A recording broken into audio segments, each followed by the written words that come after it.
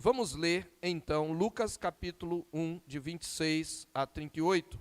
Predito o nascimento de Jesus.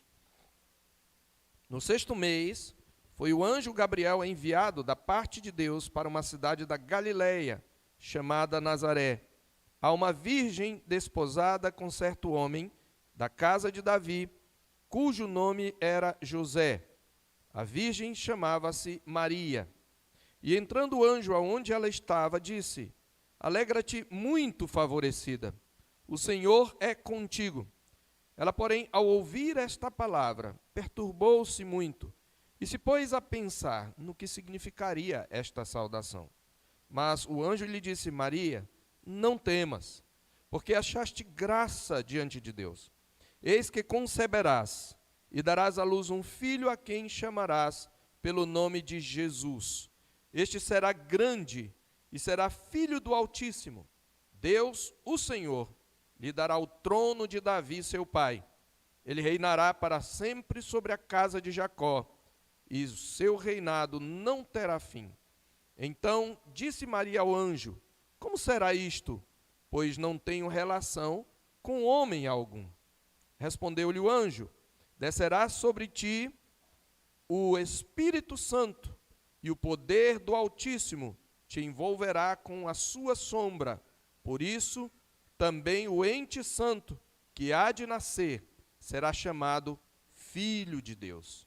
E Isabel, tua parenta, igualmente concebeu um filho na sua velhice, sendo este já o 6º mês para aquela que diziam ser estéril, porque para Deus não haverá impossíveis em todas as suas promessas. Então disse Maria: Aqui está a serva do Senhor, que se cumpra em mim, conforme a tua palavra.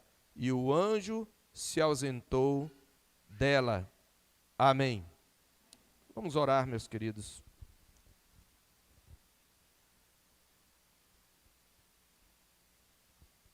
Senhor nosso Deus, nós queremos louvar o teu nome pela tua palavra e especialmente por esse texto.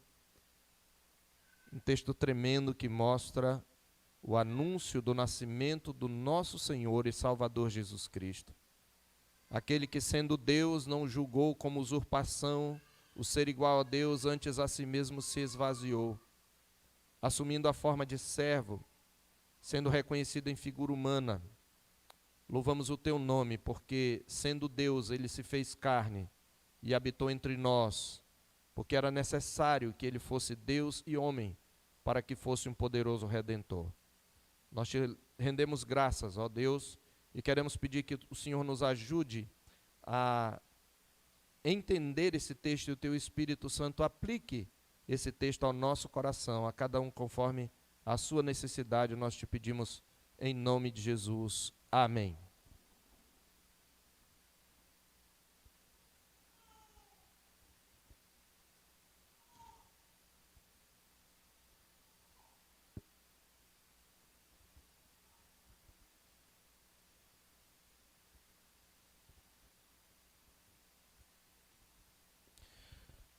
Meus irmãos, um pensador, filósofo brasileiro que nem sequer afirma crer em Deus, trouxe uma observação muito importante, ainda mais vindo de alguém que não é exatamente um cristão. Ele disse que um dos grandes sinais da falta de compromisso da geração atual com a geração vindoura é a desvalorização da maternidade. Essa tendência da mulher não querer mais ter filhos e de pensar mais na sua carreira, diz ele, é um sinal da falta de visão para o futuro. Existe algo que os pensadores, no que diz respeito à nossa relação como cidadãos, chamam de contrato social. Nós temos um compromisso com as gerações passadas e com as gerações futuras. Um compromisso de continuidade da história, transmitindo valores que permitam a nossa civilização caminhar em progresso, em avanço. Mas essa falta de compromisso com as gerações vindouras, e eu acrescento com as gerações passadas, que é típica de uma sociedade progressista, ela tem um dos seus mais flagrantes sintomas, a desvalorização da maternidade. A maternidade é uma espécie de tirania, como dizem algumas feministas, como Shulamit Firestone, por exemplo. Nós estudamos isto há muito tempo no retiro, e eu não quero prosseguir, eu quero apenas deixar a coisa nesse ponto. E é por isso que este texto é muito importante para nós. É claro que ele se reveste de uma importância maior do que a questão da maternidade. Mas eu diria que em nenhum outro lugar a maternidade brilha com tão fulgurante glória quanto nesse momento do nascimento de um Salvador, do Salvador. E nós saberemos por quê. Por isso que esse texto ele vai falar da mais bem-aventurada entre as mulheres. Sim, Maria foi a mais bem-aventurada entre as mulheres. A gente vai explicar isto para que não sejamos mal entendidos. Mas ela é a mais bem-aventurada entre as mulheres. Na verdade, é isto que diz Isabel, que está profetizando quando fala isso. Ela estava possuída do Espírito Santo quando foi visitada por Maria, logo depois do anúncio do anjo Gabriel. Estando Isabel, que antes era estéril, também agora grávida, ela, ao ver Maria, João Batista, que ainda era um feto de 6 meses, no máximo, exulta no Espírito Santo. E ela então declara: bendita és tu entre as mulheres, no verso 42. É como se ela dissesse: tu és a mais bem-aventurada entre as mulheres. Por quê? Porque é em Maria, mais do que em qualquer outra mulher, que a glória da maternidade brilha com maior fulgor e que a importância da maternidade se estabelece de maneira irrefutável, inegável. Mas, ao contrário do que possa sugerir, este aqui não é um convite para venerar Maria. Na verdade, o que eu quero mesmo é chamar a sua atenção para a glória da maternidade, para a glória da encarnação, para o milagre da encarnação que é anunciado e explicado, e de como a maternidade é a contribuição peculiar,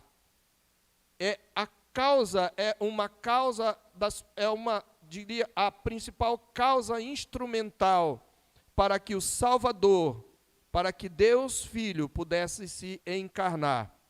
De modo que você possa ver como a maternidade vale a pena, olhando para o exemplo dessa serva de Deus, assim como nós aprendemos com o exemplo de muitas outras mulheres na Bíblia.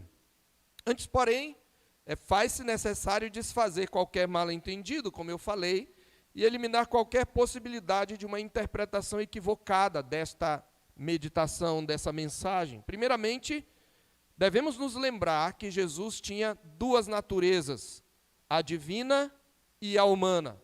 Este é o mistério da união das 2 naturezas de Cristo. Ela é chamada pelos teólogos de união hipostática das 2 naturezas de Cristo. A palavra hipóstase significa substância. Jesus é uma pessoa com 2 substâncias, com 2 essências, uma essência humana e uma essência divina. É importante, então, entender que essas 2 naturezas, divina e humana, elas não se fundem, elas não se misturam em Jesus, elas não se confundem, mas ao mesmo tempo elas não se separam. Este é um mistério que aceitamos pela fé e que está todo ele revelado na Escritura, sobretudo neste texto. Isto acontece que as 2 naturezas de Cristo não se separam mais desde sua encarnação. Deus Filho não teve sempre a natureza humana. Pela sua própria característica, sendo humana, essa natureza teve um princípio. Ele nasceu, ele se fez criatura, sendo ele o Criador. É importante entendermos isto. Então, segundo a sua natureza humana, ele é filho de Maria. Ele veio segundo sua natureza humana, como eu falei no início, na introdução, nascido de mulher, nascido sob a lei, para resgatar os que estavam sob a lei, a fim de que recebêssemos a adoção de filhos. Então, ele é filho de Maria, segundo sua natureza humana. Porém, segundo sua natureza divina, Cristo não tem mãe nem pai humanos. A Bíblia diz, em Hebreus 7:3, referindo-se a Melquisedeque, porém apontando para o Filho de Deus, que ele é sem pai, sem mãe, sem genealogia, que não teve princípio de dias, nem fim de existência. Conforme, segundo sua divindade, ele nunca nasceu. Ele é, como dizem os antigos pais, o eternamente gerado do Pai. Então, nesse sentido, meus irmãos, Deus, segundo a sua divindade, Cristo, segundo sua divindade, é o Criador de todas as coisas, como João, outro evangelista, vai dizer, todas as coisas foram feitas por intermédio dele, inclusive Maria, e sem ele, o Verbo, estou falando do Verbo, citando João 1:3, sem ele nada do que foi feito se fez. Segundo sua divindade, Jesus é o Criador de Maria e é também o seu Salvador. Sim, essa serva de Deus recebeu a graça ímpar de ser a mãe do seu Salvador. Que bênção maravilhosa! Ela é a mãe do seu Salvador. Ela é a mãe de Jesus segundo a sua humanidade, mas não segundo a sua divindade. Isto é muito importante. A expressão mãe de Deus surgiu num debate acalorado acerca da natureza de Cristo, e aquele que a utilizou pela primeira vez não tinha em mente supervalorizar Maria, mas tinha em mente estabelecer que aquele que nasceu de Maria é também verdadeiro Deus. Mas a maternidade, a autoridade maternal de Maria não se estende à divindade de Jesus. Isto é muito importante, por isso nós evitamos o termo mãe de Deus, embora ele tenha sido usado num contexto correto. Ela é mãe daquele que, sendo homem, também é Deus, mas ela passou a ser usada para supervalorizar, superdimensionar a pessoa de Maria. Em segundo lugar, é preciso lembrar que Maria não é, nem nunca quis ser, mediadora ou advogada entre nós e Deus, ou entre nós e Jesus. Considerá-la mediadora entre nós e Jesus é desvalorizar, é desprezar a suficiência da pessoa e da obra de Cristo como mediador. A palavra de Deus é muito clara. Para citar apenas uma passagem, em 1 Timóteo 2,5 está escrito que há um só Deus e um só mediador entre Deus e os homens, Cristo Jesus, homem. Está lá. Também só a Bíblia diz que um só é o nosso advogado. João 2:1. Filhinhos, estas coisas vos escrevo para que não pequeis. Se todavia pecardes, temos um advogado junto ao Pai, Jesus Cristo, o justo. Ele que é a propiciação pelos nossos pecados. E finalmente, eu ainda vou ressaltar isso, Maria foi o que foi, filha do homem-Deus, por causa da graça que lhe foi concedida. Não foi mérito de Maria. Está muito claro, como nós vamos ver na narrativa. Ela recebeu a graça, ela foi escolhida graciosamente, de maneira imerecida, para ser a mãe do Salvador. Tendo dito isso, agora podemos prosseguir e reconhecer sem receio que grande mulher no Senhor e que tremendo e incomparável papel recebeu essa mulher, essa serva de Deus, que é o ser mãe do Salvador. Mas, ao mesmo tempo, quão árdua foi essa tarefa. Eu diria que se teve uma pessoa que viveu na sua mais intensa, na sua experiência mais palpável, a dor da maternidade foi Maria. Ela viveu na pele de um modo todo especial aquilo que o Senhor havia falado para Eva por causa do pecado. Em meio de dores darás à luz filho. A maternidade dela foi dolorosa. Então, que árdua e ao mesmo tempo que gloriosa missão ela recebeu de Deus. E é exatamente onde? Não é como mulher de negócios, não é nem sequer como pregadora, não é como profetisa ou pastora, mas a mulher que recebeu a maior graça de todas no mundo inteiro. Esta graça foi recebida através do seu papel de mãe. Se você esquecer de qualquer outra coisa que eu falei, fique com isto no seu coração. Então, chegando ao nosso texto, eu quero relembrar que esta segunda de duas narrativas paralelas, nós vimos na semana passada, estamos expondo todo o Evangelho de Lucas aos domingos à noite, e nós temos que relembrar que nós temos em Lucas capítulo 1 duas narrativas paralelas, onde o nascimento de uma criança é anunciado por um anjo, aliás, o mesmo anjo, em circunstâncias humanamente impossíveis e que são celebradas com o cântico de um salmo. Você tem um anjo anunciando a Zacarias o nascimento de João Batista, o precursor do Messias, de maneira miraculosa, porque sua mulher era estéril, além do que eles eram velhos, como nós vimos na semana passada. E você vê quando João Batista nasce, Zacarias vai cantar um salmo ao Senhor, salmo que ainda apreciaremos no futuro com a graça de Deus. E você tem também Maria, ao final da sua visita a Isabel, também cantando um salmo. E nós estivemos comentando que essas narrativas também, elas estão em paralelo, não só entre si, mas elas estão em paralelo com algumas outras narrativas do Antigo Testamento, onde a promessa divina de uma semente santa é anunciada. Nós vimos como a história de Zacarias e Isabel se assemelha à de Abraão e Sara. Sara era estéril, o Senhor anuncia um filho, do qual virá uma nação, pela qual serão abençoadas todas as famílias da terra. Nós vimos que este era o caso também de Rebeca e Isaque. Rebeca era estéril, Isaque orou 20 anos para que ela tivesse um filho.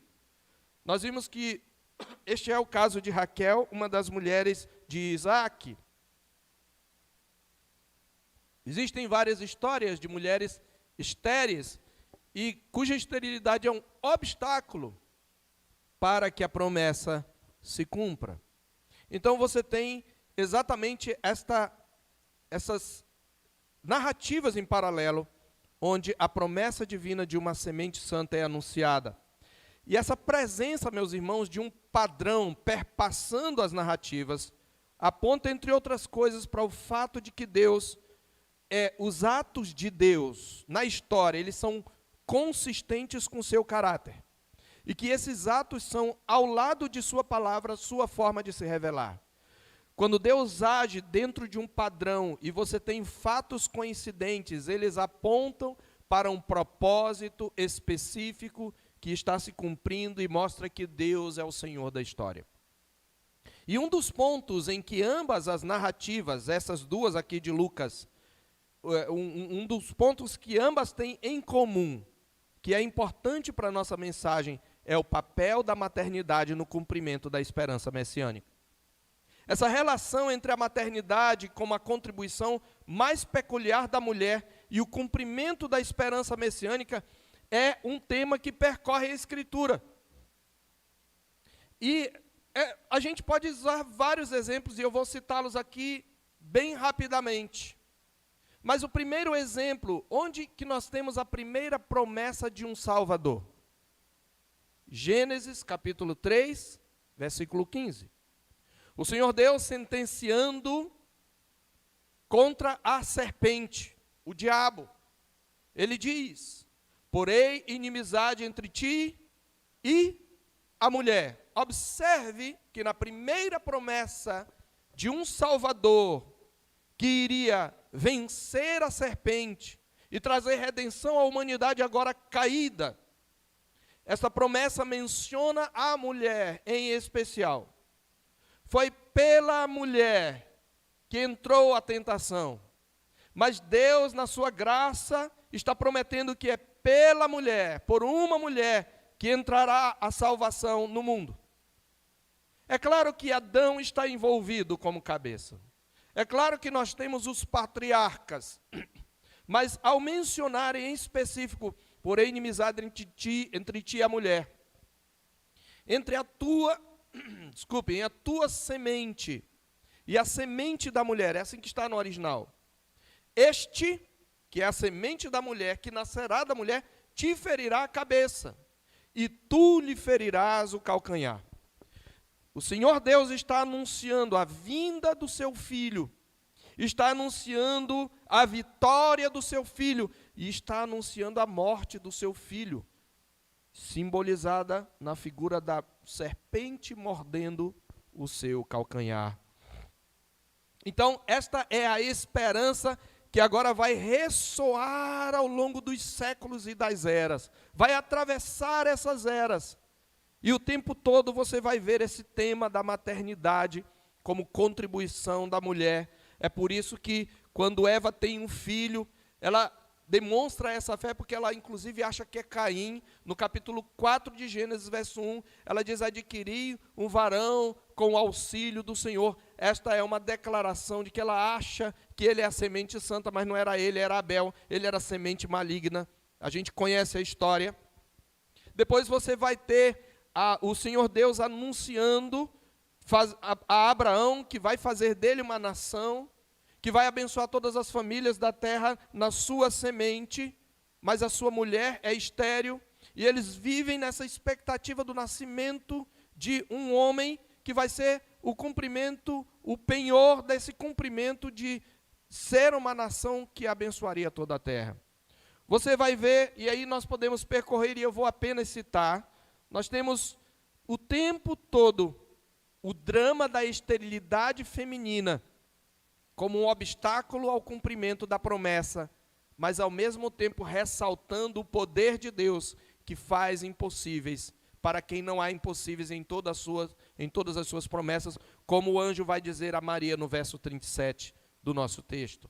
Você tem então Eva, que recebe a promessa, você tem Sara, que recebe a promessa, mesmo sendo estéril, Deus cumpre. Você tem Rebeca, você tem Raquel e Lia, por meio de quem vem todas as tribos de Israel. Você tem Joquebede, que dá a luz ao libertador num contexto de oposição, de perseguição e de morte. Você tem, no período dos juízos, no momento em que o povo de Deus está sofrendo opressão, a mulher de Manoá, a mãe de Sansão, a quem é anunciado o nascimento de um homem que vai começar a libertar o povo de Israel. Você tem no momento dos mais negros desse período dos juízes, a pessoa de Ana, que era também estéril e pede a Deus um filho e o dedica ao Senhor, sendo ela a mãe de Samuel, aquele profeta que ungiria o rei Davi, o precursor do rei Davi.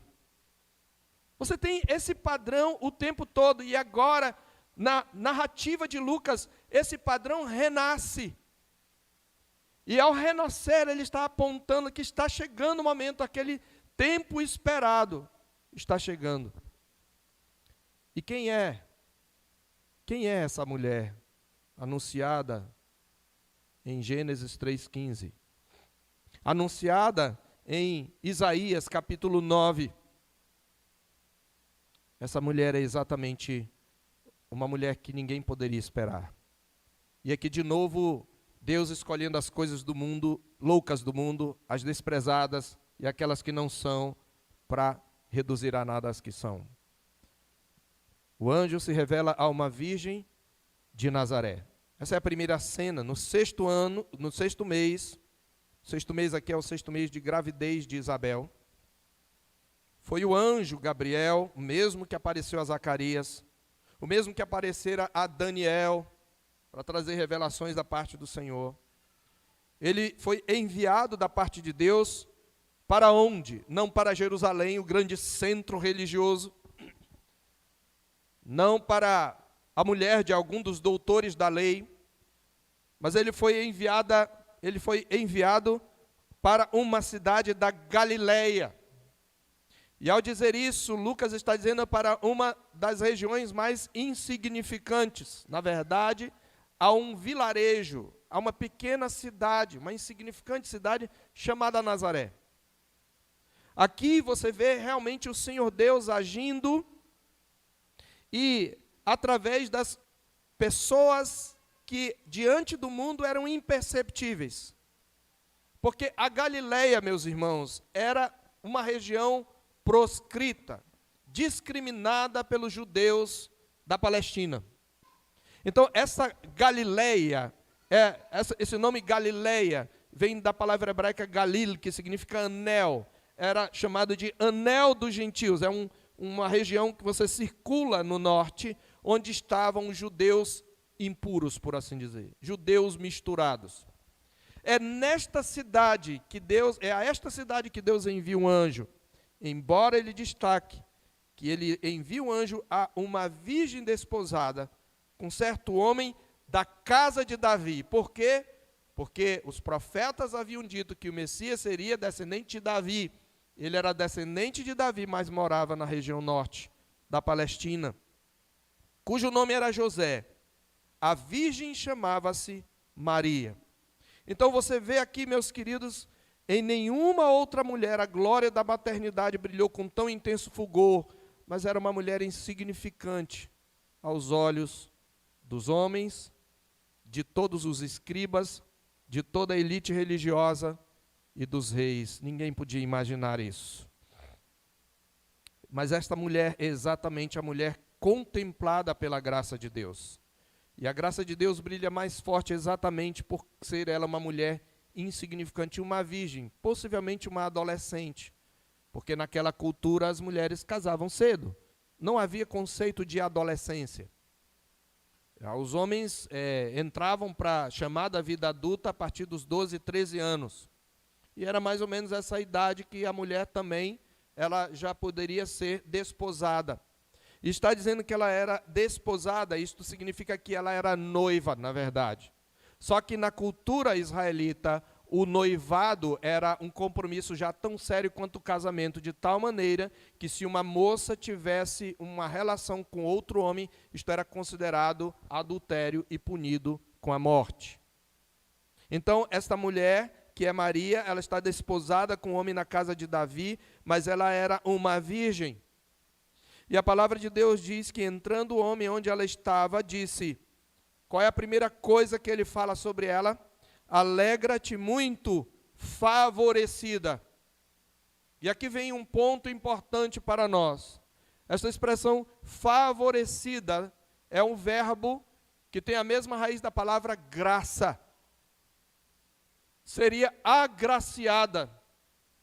O verbo tem uma força no tempo em que ele está sendo usado aqui no texto original, que aponta para alguém que recebeu especial dose da graça, que foi contemplada de maneira especial com a graça de Deus. E para ficar claro que ser a mãe do Salvador não traz mérito para Maria, não vem do mérito de Maria, mas é graça, isso é repetido pelo anjo. Ela, porém, ao ouvir esta palavra, perturbou-se, ela não sabia, de repente aparece um homem, esse anjo aparece em forma humana, onde ela está, e ele traz essa saudação, e ela fica perturbada, porque quem é esse homem? O que ele quer dizer? Alegra-te, salve favorecida, salve agraciada, objeto da graça de Deus, é isso que ele quer dizer. E aí ela não sabe o que significa, mas ele responde, Maria, não temas. Por quê? Pela segunda vez, ele aponta para a graça. Achaste graça diante de Deus. Irmãos, essa é uma expressão que nós encontramos em outras passagens da Escritura, que apontam exatamente para o favor imerecido de Deus, para o fato de que Deus contempla alguém. Você lembra lá em Gênesis capítulo 6, se não me engano ali pelo verso 9, diz que está escrito nos versículos anteriores que Deus olhou para a terra e a terra estava cheia da violência dos homens, a violência se multiplicou, a maldade se multiplicou na terra, mas está escrito, Noé, porém, achou graça diante de Deus. Então, a primeira declaração do anjo é: Maria, você recebeu uma graça, você recebeu um favor imerecido. Fique claro aqui, Maria era uma mulher crente, uma judia crente, mas era uma pecadora. Ela era uma mulher que recebeu a herança de Adão. Ela era uma filha de Eva. E ela pecava. A gente vê Maria pecando nos evangelhos, pelo menos uma vez. Teve uma vez que ela chamou os outros filhos. Sim, Maria teve outros filhos. Isso é ponto para outra discussão. Mas ela teve outros filhos. Depois de Jesus. E ela com os irmãos, vamos pegar esse rapaz, porque ele está doido. Vamos levar ele para casa. Está lá em Marcos. Queriam levá-lo à força, porque achavam que ele estava fora de si. E nessa hora disseram: a tua mãe e teus irmãos estão aí. Porque não tinham tempo nem de comer, Jesus fazendo milagres, pregando o evangelho, e não tinha tempo nem de comer. E Maria achava que ele estava doido. E quando disseram: tua mãe e teus irmãos estão aí, ele disse: quem é minha mãe? Quem são meus irmãos? Minha mãe e meus irmãos são aqueles que fazem a vontade de Deus, que ouvem a palavra de Deus. Então, Maria precisou entender todo o processo. Ela era uma pecadora.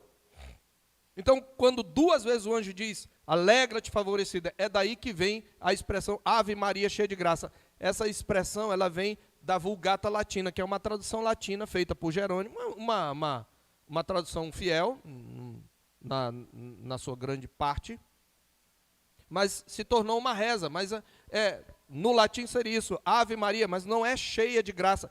A palavra aqui está no passivo, o verbo está no passivo. É alguém que recebeu graça, não é alguém que tem graça em si mesmo, que está cheio de graça. É alguém que recebeu graça. Favorecida, está no passivo. E de novo, tu achaste graça diante de Deus. É muito importante. Maria é uma simples virgem de Nazaré, mas é uma mulher que foi contemplada pela graça. E que graça! Que graça! Porque ela não só foi escolhida para ser salva, ela foi escolhida para ser mãe do Salvador. E no anúncio do anjo, as primeiras informações dele vão tratar sobretudo da natureza humana de Jesus. E quando ela pede explicações, o segundo conjunto de explicações dele vão enfatizar a natureza divina de Jesus. Preste atenção, porque isso é importante. Ele primeiro anuncia, ele traz algumas informações que dizem respeito à natureza humana desse filho de Maria, mas depois ele traz um segundo conjunto de explicações que anunciam a natureza, ou que explicam a natureza divina de Maria. A natureza divina de Jesus. Observe: eis que conceberás e darás à luz um filho. Bom, se ele virar à luz, ele é 100% homem. A quem chamarás pelo nome de Jesus? Você sabe que Jesus significa Salvador. Jeová é salvação, mais precisamente. Mas lá em Mateus capítulo 1, verso 18, quando ele diz: a quem chamarás pelo nome de Jesus, Mateus 1, 21, explica-se: porque ele salvará o seu povo dos pecados deles. O seu filho, Maria, ele está dizendo, será o Salvador. É a primeira informação que ele fala, que ele traz. Mas a segunda: ele é filho, este será grande, e será chamado Filho do Altíssimo, natureza divina. Deus, o Senhor, lhe dará o trono de Davi, seu pai, natureza humana. Ele é descendente de Davi. Você lembra que quando Deus fez a aliança com Davi, ele disse que o seu filho, que seu descendente, haveria de reinar para sempre sobre a casa de Israel e sobre todas as nações. Por isso ele diz: ele reinará para sempre sobre a casa de Jacó, e o seu reinado não terá fim. Ele está aqui, na verdade, meus irmãos, ecoando as palavras do profeta Isaías em Isaías capítulo 9. Em Isaías capítulo 9, depois de anunciar o cativeiro assírio sobre o reino do norte, naquele lugar, Galileia. Isaías assim diz: mas para a terra que estava aflita, não continuará a obscuridade, a escuridão. Deus nos primeiros tempos tornou desprezível a terra de Zebulon, a terra de Naftali, mas nos últimos tornará glorioso o caminho do mar, além do Jordão, Galileia dos gentios. Observe, Zebulon e Naftali eram tribos que estavam no norte, faziam parte do reino do norte. E a região da Galileia era por ali. Mas nos últimos dias, essa região que foi a primeira a entrar em trevas, Deus tornará glorioso. O povo que andava em trevas viu grande luz, e aos que viviam região da sombra da morte resplandeceu-lhes a luz.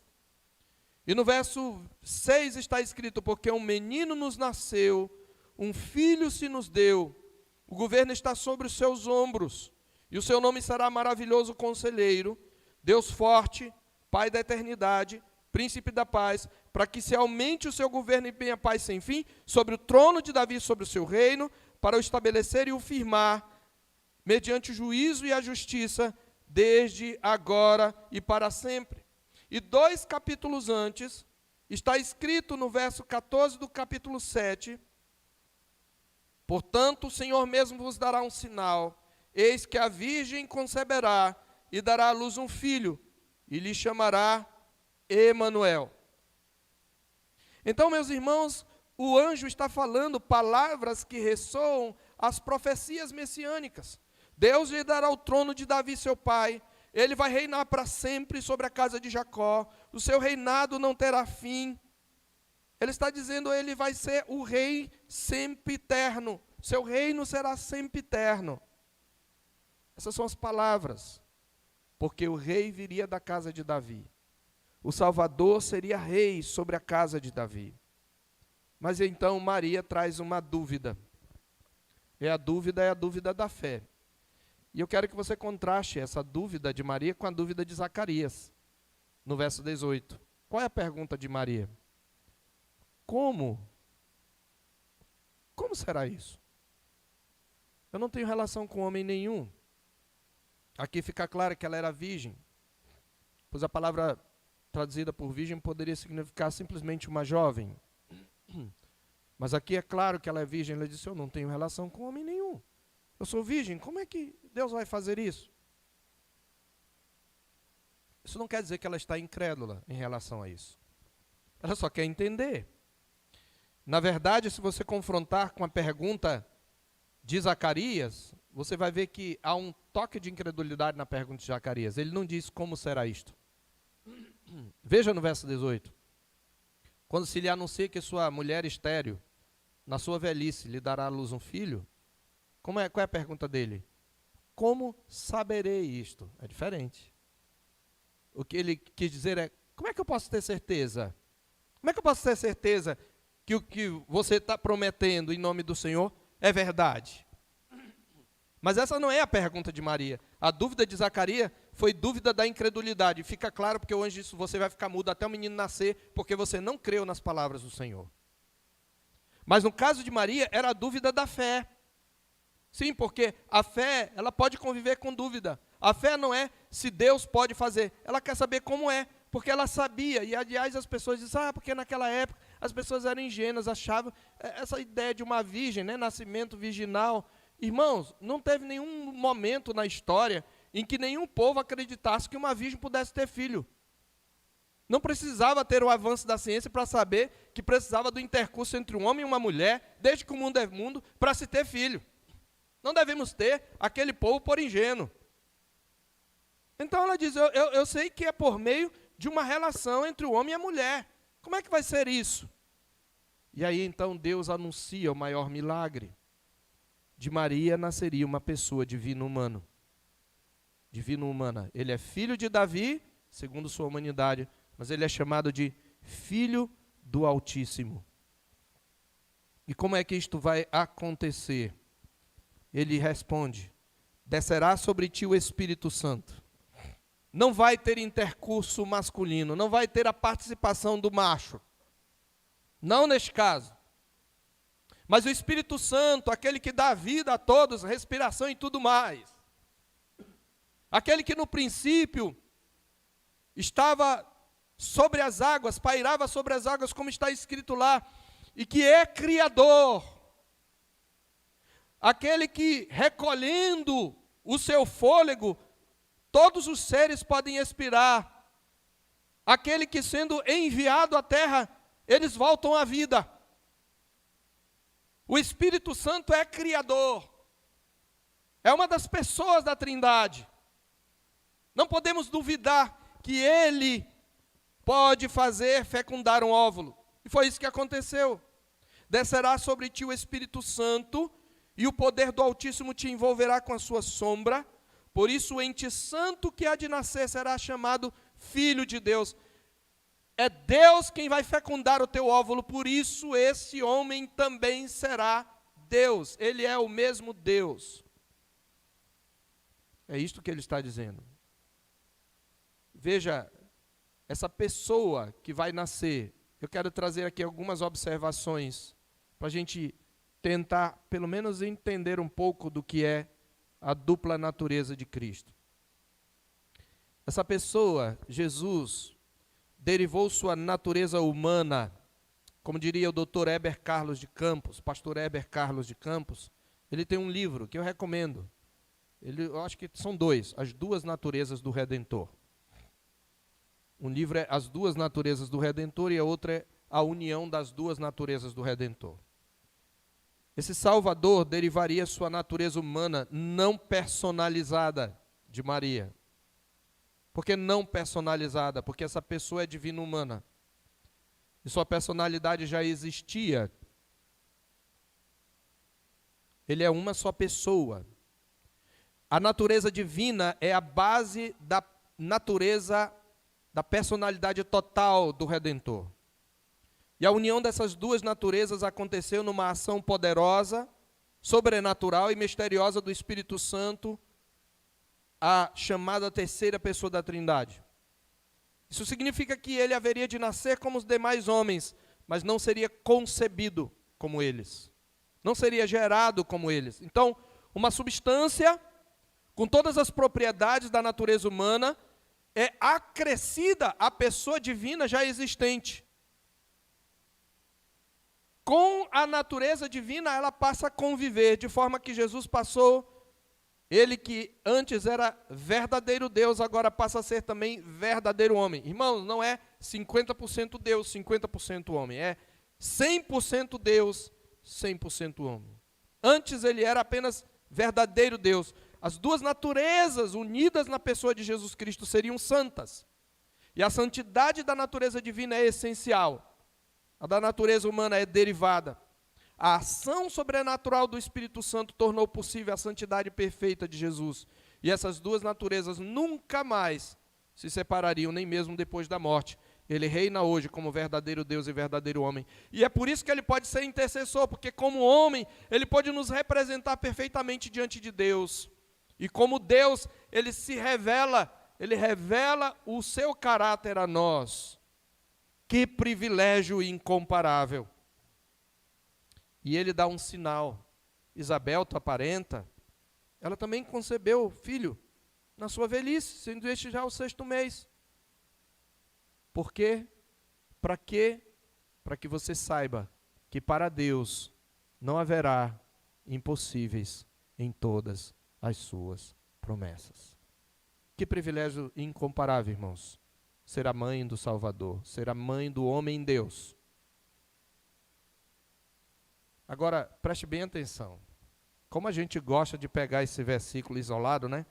Porque para Deus não haverá impossíveis em todas as suas promessas. Amém. Amém, pastor. Por isso que eu creio. E a gente começa a criar um monte de sonho do coração da gente e acha que foi Deus que colocou lá.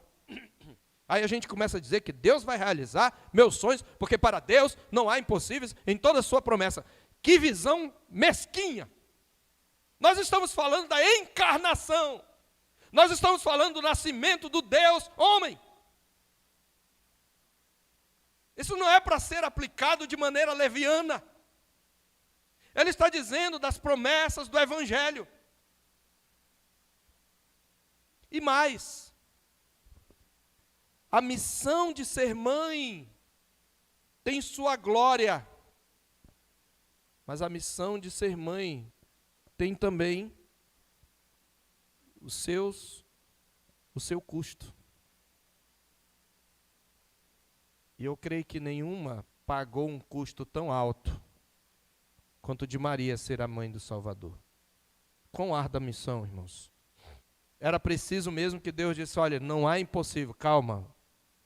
Você é uma pecadora, você é imperfeita, você é humana, você é só uma virgem de Nazaré. A sua missão é árdua, mas para Deus não há impossível. Veja, eu quero falar um pouco agora nesse momento de quão árdua seria a missão de Maria. De quão árdua é a maternidade. Havia muita coisa em jogo quando Maria recebeu a missão de ser mãe do Salvador. É claro que ser a mãe do Messias era o sonho de toda jovem de Israel. Mas, primeiramente, Maria jamais poderia imaginar que seria da forma como lhe foi anunciado pelo anjo.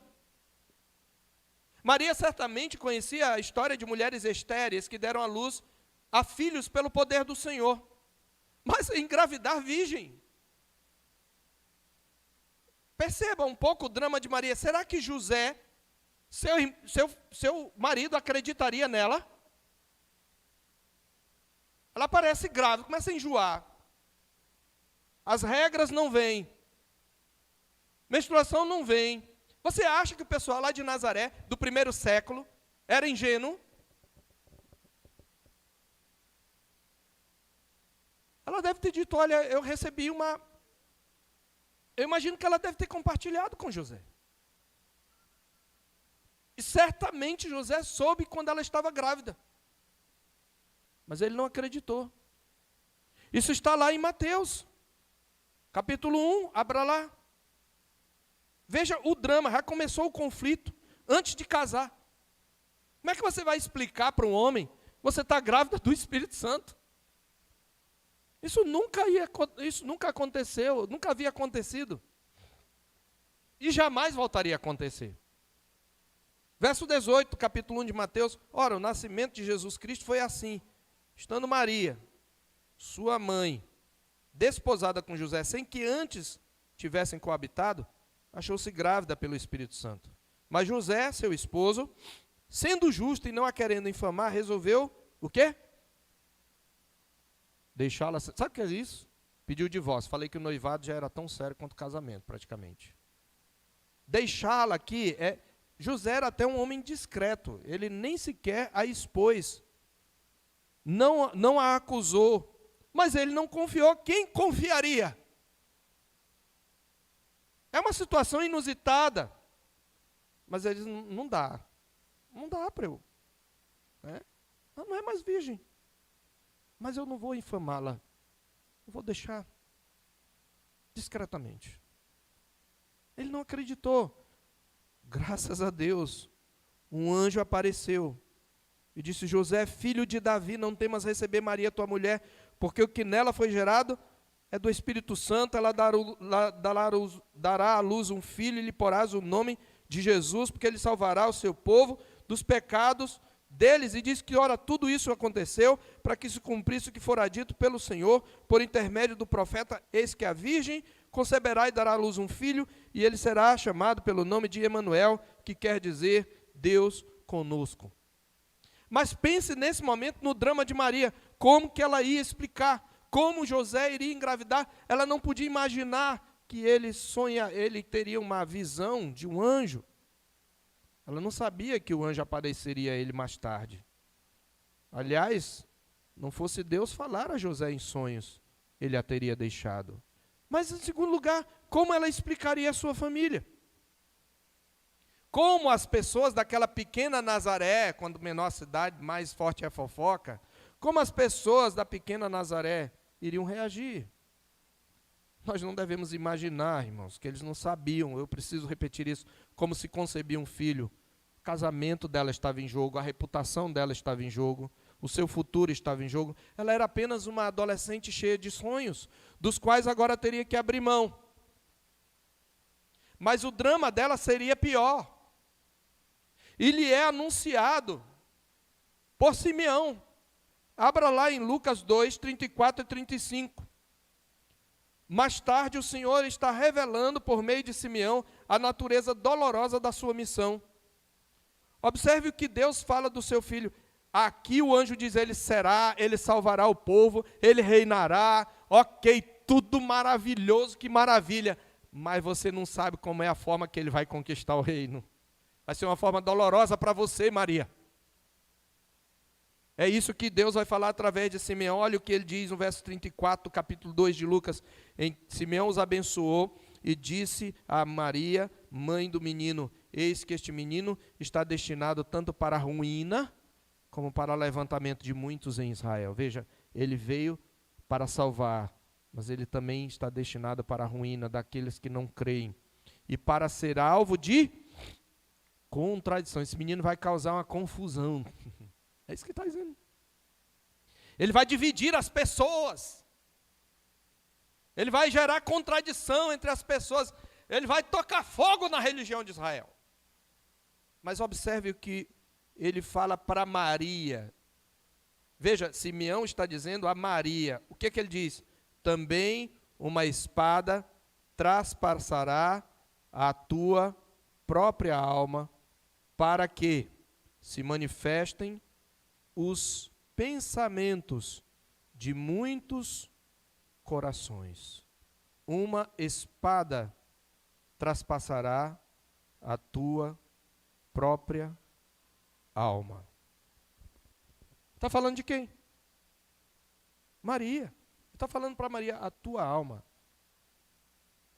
será traspassada por uma espada. Quando isso aconteceu, irmãos? Esse menino criou muita confusão na cabeça de Maria. Primeiro ele parecia um doido, depois ela começou a entender talvez a missão. E quando você vai lá para João capítulo 19, pense nisso, mamãe. Veja o drama de Maria aqui no seu ápice. Jesus está crucificado. Entre aqueles que estão assistindo essa morte cruel, de um homem todo ensanguentado depois de ter sido espancado, cheio de hematomas, desidratando no sol, com o corpo retorcido, recebendo a mais infamante de todas as condenações, a mais cruel de todas as torturas. Veja que os soldados estão deitando sorte sobre a sua túnica, frios. Eles não estão nem aí para aquele moribundo. Eles repartem entre si sua veste. Verso 25. Junto à cruz estava quem? A mãe de Jesus. Você pode imaginar, mãe? Seu filho está ali crucificado. Ele nada fez. Poucos conhecem o filho como a mãe. Você nunca ouviu transgredir uma ordem sua. Só naquele dia que ele preocupou você, mas surpreendeu, porque você o encontrou não em más companhias, mas no meio dos doutores. E quando você achou que ele estava doido, depois você verificou que ele estava fazendo a missão que Deus lhe confiou. E você viu toda a prisão, a traição e as injustiças. E agora aquele que saiu do seu ventre está todo cheio de hematomas. E você está ali diante da cruz. Uma espada traspassava a alma daquela mãe. Que missão dolorosa. E ele olha para a mãe, com o cuidado que ele tem, e aqui mostra que sua relação com Maria, em termos de maternidade, ela se encerra aqui, como se encerra para todo mundo que morre. No céu não vai ter parentesco, todos seremos irmãos, o parentesco é por meio de Cristo. Nem se casam, nem se dão em casamento. E essa mulher agora precisa de amparo. E ele olha para ela, vendo a sua mãe junto a ela, o discípulo amado, o mais próximo dele, disse: imagine, mãe, você ouvir essa palavra. Para Jesus era cuidado, mas para você, mulher, Eis aí o teu filho, ele vai cuidar de você agora. Filho, eis aí a tua mãe. Uma espada traspassou a alma de Maria. Qual foi a resposta dessa serva de Deus? Ela é tão simples, mas é a resposta que todos nós deveríamos dar. Essa filha de Eva compreende um pouco do que está acontecendo. E ela tão somente diz o que todos nós deveríamos dizer quando nada faz sentido. Quando Deus nos ordena coisas que não fazem sentido.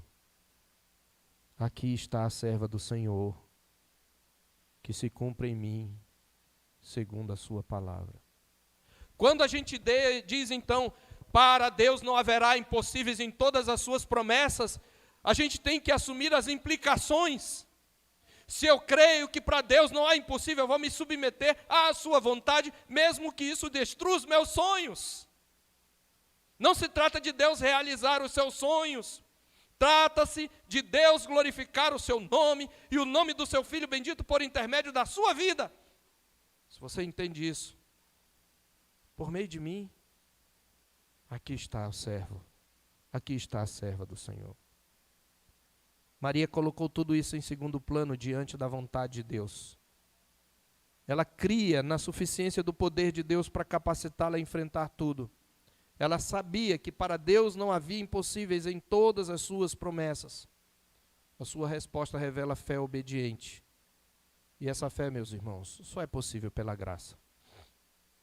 Esse Deus que capacitou Maria a falar isto também pode nos capacitar, mesmo nós pecadores. Ele também anunciou a sua graça por meio do seu Filho. E Maria viu também o seu Filho ressurreto. Ela viu o seu Filho subir ao céu. Ela estava lá com aquele grupo de 120 pessoas orando. Está lá em Atos 1. Ela entendeu que o seu Filho era o seu Salvador e que aquela morte na cruz que traspassou a sua alma, muito mais traspassou a alma do Filho bendito de Deus, porque ele sofreu a ira de Deus no lugar dela. E eu quero então concluir. Você poderia agora negar que a maternidade é uma bênção? Você não pode negar que a maternidade é árdua, mãe, mas ela é uma bênção. E eu quero dizer isso para as irmãs, servas do Senhor. Não deixem que o feminismo e a cultura de morte, do assassinato de mais de 40 milhões de crianças, não deixe que o feminismo menospreze o seu papel e sua gloriosa vocação recebida da parte de Deus. Em sua árdua tarefa de criar filhos, eu não sei o que está em jogo no seu ato de crer em Deus e obedecê-lo. Eu não sei, mãe, de que sonhos ou projetos você precisou abrir mão. Ou você que ainda vai ser mãe, do que você precisará abrir mão. Mas eu quero dizer para você, vale a pena. E a minha oração é que você receba do Senhor a graça de submeter-se incondicionalmente ao seu Senhor e herdar, assim, as mesmas promessas feitas a Maria, que são ditas por boca de Isabel. Bem-aventurada aquela que creu, porque serão cumpridas as palavras que lhe foram ditas da parte do Senhor. Mas esse texto fala a todos nós, homens e mulheres, porque ele mostra que a promessa de que para Deus não há impossível deve nos levar não a sonhar os nossos sonhos, mas deve nos levar, se nós entendemos o teor dessa promessa, a abrir mão dos nossos sonhos e nos submeter aos planos de Deus. Esta é uma das grandes lições da história de Maria. E eu espero que o Senhor Deus nos capacite, meus irmãos, a darmos a mesma resposta sempre, mesmo quando coisas importantes estiverem em jogo, que a nossa atitude seja: aqui está o servo do Senhor, aqui está a serva do Senhor, que se cumpre em mim, conforme a tua palavra.